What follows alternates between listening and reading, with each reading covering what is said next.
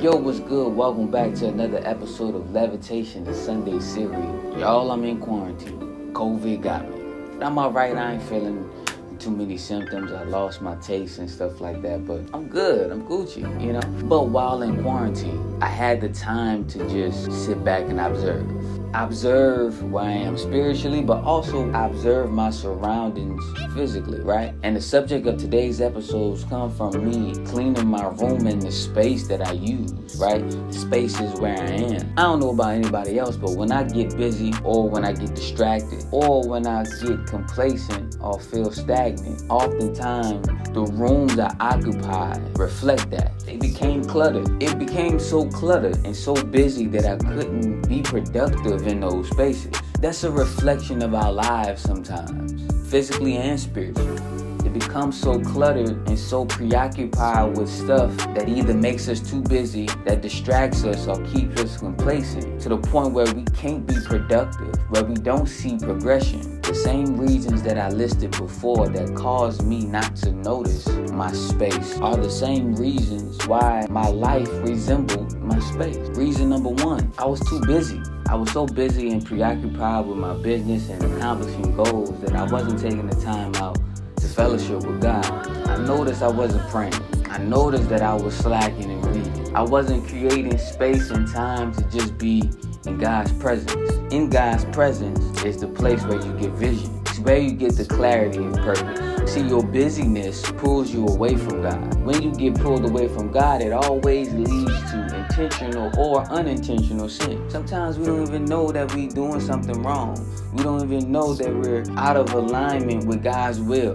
But because we've been pulled away from God, we tend to do what feels right to us. And we know that everything that feels right to us isn't always right to do. We forget about God sometimes. When we forget God, we tend to replace Him. Sometimes we are so preoccupied with our agendas, our goals, our business, our desires that we tend to make those things God's replacement. That tends to take priority over God.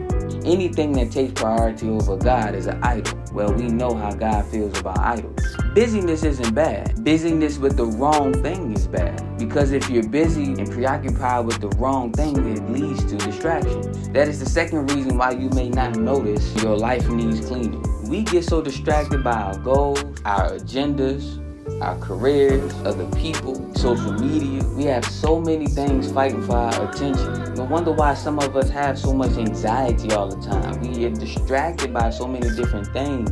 We are so distracted that we can't even see sometimes what we look like, what our life look like, what we're doing. We can't see how disorganized we look spiritually. We can't see that we're not as aligned with God and our purpose as we think. And the biggest problem is that if you're distracted for a long period of time, you don't even notice the clutter anymore. Your clutter starts to become organized chaos. That's what a lot of our lives look like. We're doing things on a routine basis, but we're not progressing in our purpose. We're too distracted to notice. In Matthew chapter 14, starting at verse 22, it says, immediately after this, Jesus insisted that his disciples get back in the boat and cross to the other side of the lake while he sent the people home. If you skip down, meanwhile the disciples were in trouble far away from land, for a strong wind had risen, and they were fighting heavy waves. About 3 o'clock in the morning, Jesus came towards them walking on water. When the disciples saw him walking on water, they were terrified. In their fear, they cried out, "It's a ghost." But Jesus spoke to them at once. "Don't be afraid," he said. "Take courage, I am here." Then Peter called to him, "Lord, if it's really you, tell me to come to you walking on water." "Yes, come," Jesus said. So Peter went over the side of the boat and walked on water towards Jesus. But when he saw the strong winds and the waves, he was terrified and began to sink. "Save me, Lord," he shouted. Jesus immediately reached out and grabbed him. "You have so little faith," Jesus said. "Why do you doubt me?" We all heard about the miracle of Jesus walking on water, but the reason why this applies to this is that it was Peter's idea to walk on water. In the process of Jesus providing the miracle, because he said, "Yes, come on, Peter." Peter gets out of the boat, walks on water, but Peter starts to get distracted by his surroundings. Instead of him focusing on the source, he's distracted by what's around him. Then it causes him to sink. How many of us have been praying for certain things and praying for God to make things happen in our lives, but we're too distracted for the miracle to occur? The miracle can't be provided because our eyes are on our surroundings and our current situation versus keeping our eyes on the source that can provide the miracle. Distractions lead you to being pulled away. It makes it more likely for you to get stuck and complacent in where you are. When complacency kicks in, now you don't mind your life being the way it is. You just accept it for what it is. It looks like we've given up. It looks like we believe things can't get any better. Or we believe that the only way things can get better is if God provides this grand, miraculous miracle to change our situation. When you accept it for what it is, you become stagnant. Another word for stagnant or complacent is the word idle. The definition of idle is of a person avoiding work, lazy. Another definition is without purpose or effect, pointless. A lot of us have gotten idle in our lives, knowing that they can be better, but we're too lazy to put in the work to do it. In 2 Thessalonians chapter 3, verse 6, it says, "And now, dear brothers and sisters, we give you this command in the name of our Lord Jesus Christ. Stay away from all believers who live idle lives and don't follow the traditions they receive from us." In verse 8, it says, "We never accepted food from anyone without paying for it. We worked hard day and night so we would not be a burden to any of you." In other words, they worked for what they wanted. They wanted food. They didn't mind working hard day and night to pay for the food. They wanted a desirable effect.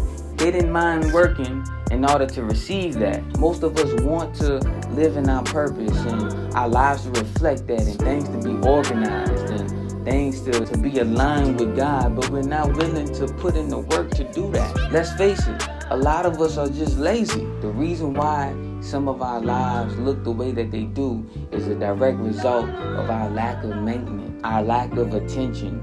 Once I came to my senses, I was able to see from a different perspective. My room, my car, the spaces that I occupied was cluttered, but that just was a reflection of my life. And if I wanted better, I had to put in the work to be better. And God has given us the strength and the resources to be better. So once you recognize that a change needs to occur, then we have to actually start the process of cleaning up. And depending on how cluttered and crowded your life is, the process can be very overwhelming. But next week's episode is going to be about that process. How to start the cleaning process. Don't allow busyness, don't allow distraction, and don't allow laziness or stagnation or idleness to take your attention away from what's important. We have to clean up. This is the time more than ever where we need to be dedicated to God's purpose and His vision. Don't allow the clutter to crowd your life. This is Levitation, where we're reaching our highest potential. Stay blessed.